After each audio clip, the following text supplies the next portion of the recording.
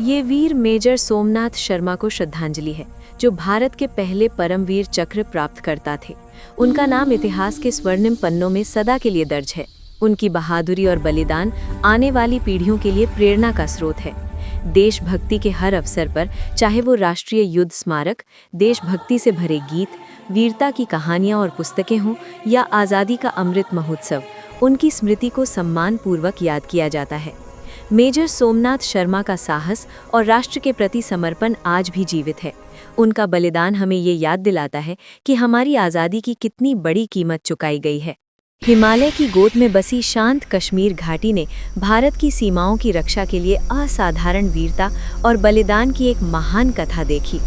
वो दिन ठंडी नवंबर की शांत सुबह से शुरू हुआ, लेकिन साहस की ऐसी गूंज के साथ समाप्त हुआ जो पीढ़ियों तक प्रेरणा देती रहेगी। ये कहानी है मेजर सोमनाथ शर्मा और उनके उन वीर सैनिकों की, जिन्होंने श्रीनगर हवाई अड्डे को पाकिस्तान द्वारा प्रशिक्षित और समर्थित गुरिल्ला बल के हाथों में जाने से बचाने का साहसिक अभियान चलाया।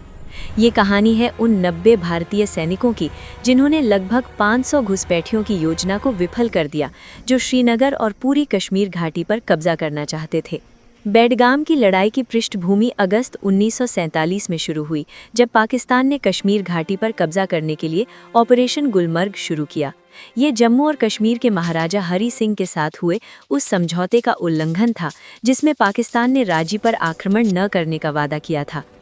मैं हूं हरि सिंह, जम्मू और कश्मीर का महाराजा। पाकिस्तान के साथ एक समझौता हुआ था, जिसमें उन्होंने मेरे राज्य पर हमला न करने का वचन दिया था। लेकिन इस वादे का पालन करने के बजाय पाकिस्तानी सेना ने लगभग 1000 घुसपैठियों को प्रशिक्षित किया और हथियारों से लैस किया।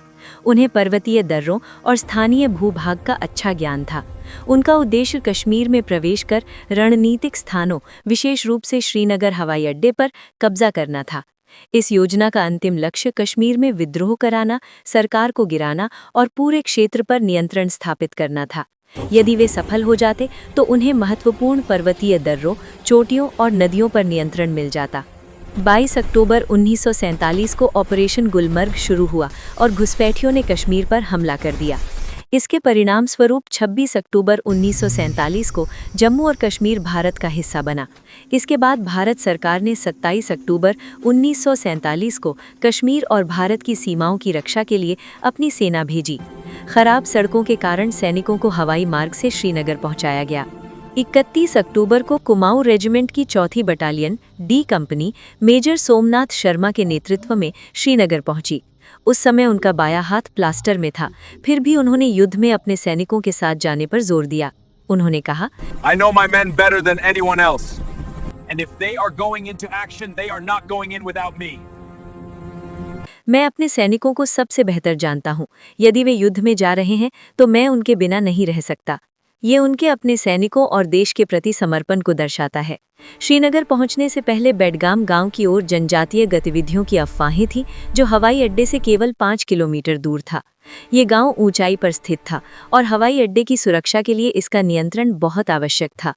वास्तव में दुश्मन छोटे छोटे समूहों में बेडगाम पहुंचने लगा था, ताकि किसी को शक न हो। 3 नवंबर 1947 को कई कंपनियों, जिनमें डी कंपनी भी शामिल थी, गश्त के लिए भेजा गया। पूरा दिन घाटी में अजीब सी शांति बनी रही।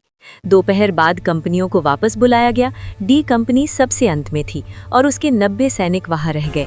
ये देखकर दुश्मन ने हमला कर दिया। प्रारंभिक हमला मेजर सोमनाथ शर्मा और उनके सैनिकों ने बहादुरी से रोका, लेकिन मेजर शर्मा समझ गए कि ये केवल ध्यान भटकाने का प्रयास था। जल्द ही दूसरी दिशा से बड़ा हमला हुआ। अब वे 500 से अधिक दुश्मनों का सामना कर रहे थे। मेजर शर्मा ने स्थिति की गंभीरता समझकर हवाई हमले का अनुरोध किया और विमानों को लक्ष्य दिखाने के लिए जमीन पर संकेत लगाए। हवाई हमले सफल रहे, लेकिन दुश्मन की संख्या बहुत अधिक थी।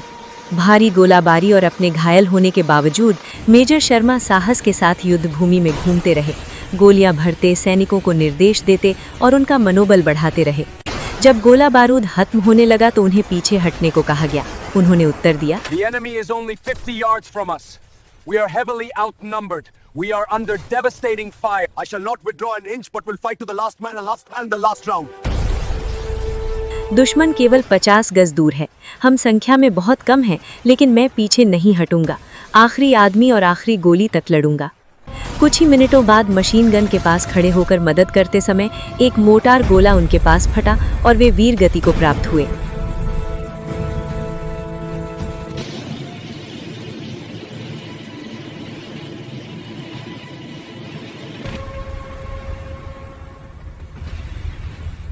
अपने कमांडर को खोने के बावजूद उनके सैनिकों ने 6 घंटे तक मोर्चा संभाले रखा। इस बहादुरी ने भारत को समय दिया और पंजाब रेजिमेंट के सैनिक श्रीनगर पहुंच सके। दुश्मन को भारी क्षति हुई, 300 से अधिक हताहत हुए और उनका नेता भी घायल हुआ। इस तरह श्रीनगर बचा।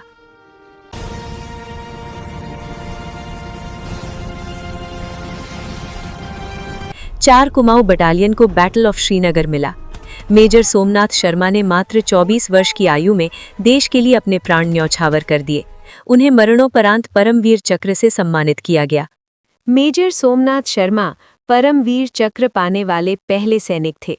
ये सम्मान उन्हें उनकी वीरता और सर्वोच्च बलिदान के लिए मरणोपरांत दिया गया। हमने ये जाना कि 3 नवंबर 1947 को क्या-क्या घटनाएं घटी। अब ये जानना भी आवश्यक है कि मेजर सोमनाथ शर्मा का प्रारंभिक जीवन कैसा था और किन परिस्थितियों ने उन्हें देश के लिए सर्वोच्च बलिदान देने के मार्ग पर आगे बढ़ाया। मेजर सोमनाथ शर्मा का जन्म 31 जनवरी 1923 को हिमाचल प्रदेश के कांगड़ा जिले के सुंदर कस्बे डाढ़ में हुआ था। वे एक ऐसे परिवार से थे जिसकी सैन्य परंपरा बहुत समृद्ध थी। उनके पिता मेजर जनरल अमरनाथ शर्मा एक प्रतिष्ठित सैनिक थे, जिन्होंने देश की सेवा पूरे सम्मान के साथ की। बचपन में सोमनाथ शर्मा को अपने दादा से सुनी महाभारत की वीरता भरी कथाओं से गहरी प्रेरणा मिली। उनकी प्रारंभिक शिक्षा शेरवुड कॉलेज नैनीताल में हुई और बाद में उन्होंने रॉयल मिलिट्री कॉलेज सैंडहर्स्ट में कठोर सैन्य प्रशिक्षण प्राप्त किया। उनका जीवन अनुशासन और समर्पण का सच्चा उदाहरण था। 1942 में उन्हें 8वीं बटालियन 19वीं हैदराबाद रेजिमेंट में नियुक्त किया गया। द्वितीय विश्व युद्ध के दौरान उन्होंने बर्मा के अराकान अभियान में भाग लिया और अपनी बहादुरी के लिए उन्हें आधिकारिक रूप से सराहा गया। हालांकि मेजर सोमनाथ शर्मा की सच्ची विरासत 1947-48 के भारत-पाक युद्ध, विशेष रूप से बडगाम की लड़ाई में बनी। उनका जीवन और बलिदान कर्तव्य, सम्मान और देशभक्ति के सर्वोच्च आदर्शों का प्रतीक है। मेजर सोमनाथ शर्मा सैनिकों और आम नागरिकों दोनों के लिए प्रेरणा का स्रोत रहे हैं। सबसे महत्वपूर्ण बात यह है कि उनकी कहानी हमें उन अनगिनत पुरुषों और महिलाओं के बलिदान की याद दिलाती है, जिन्होंने मातृभूमि की रक्षा के लिए अपने प्राण न्यौछावर किए। ये कहानी उस गहरे कर्तव्य बोध को भी उजागर करती है जिसने उन्हें देश के लिए सब कुछ समर्पित करने की प्रेरणा दी। कश्मीर घाटी की शांति में जहां डी कंपनी की घुसपैठियों के साथ हुई लड़ाई की गूंज अब इतिहास बन चुकी है, वहां मेजर सोमनाथ शर्मा की कहानी आज भी साहस और बलिदान की एक उज्जवल मिसाल के रूप में जीवित है। उनकी वीरता के कारण श्रीनगर पर तिरंगा आज भी गर्व से लहरा रहा है और उनका नाम भारत के सैन्य इतिहास के स्वर्णिम पन्नों में सदा के लिए अंकित है। मेजर सोमनाथ शर्मा का जीवन और विरासत हमें स्वतंत्रता की कीमत और उसे सुरक्षित रखने के लिए लड़ने वालों की अडिग भावना की याद दिलाती है। उनकी निस्वार्थता और बहादुरी से भरी कहानी आने वाली पीढ़ियों को प्रेरित करती रहेगी और उनका बलिदान कभी भुलाया नहीं जाएगा। उनका नाम राष्ट्रीय युद्ध स्मारक की सम्मान दीवार पर अमर रूप से अंकित है।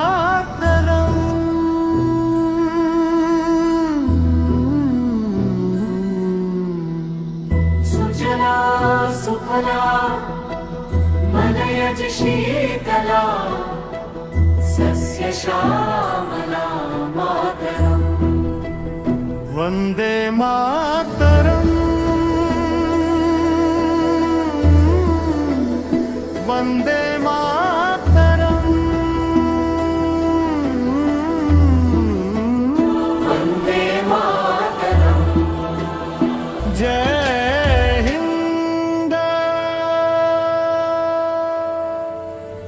For more animation video, subscribe this channel now.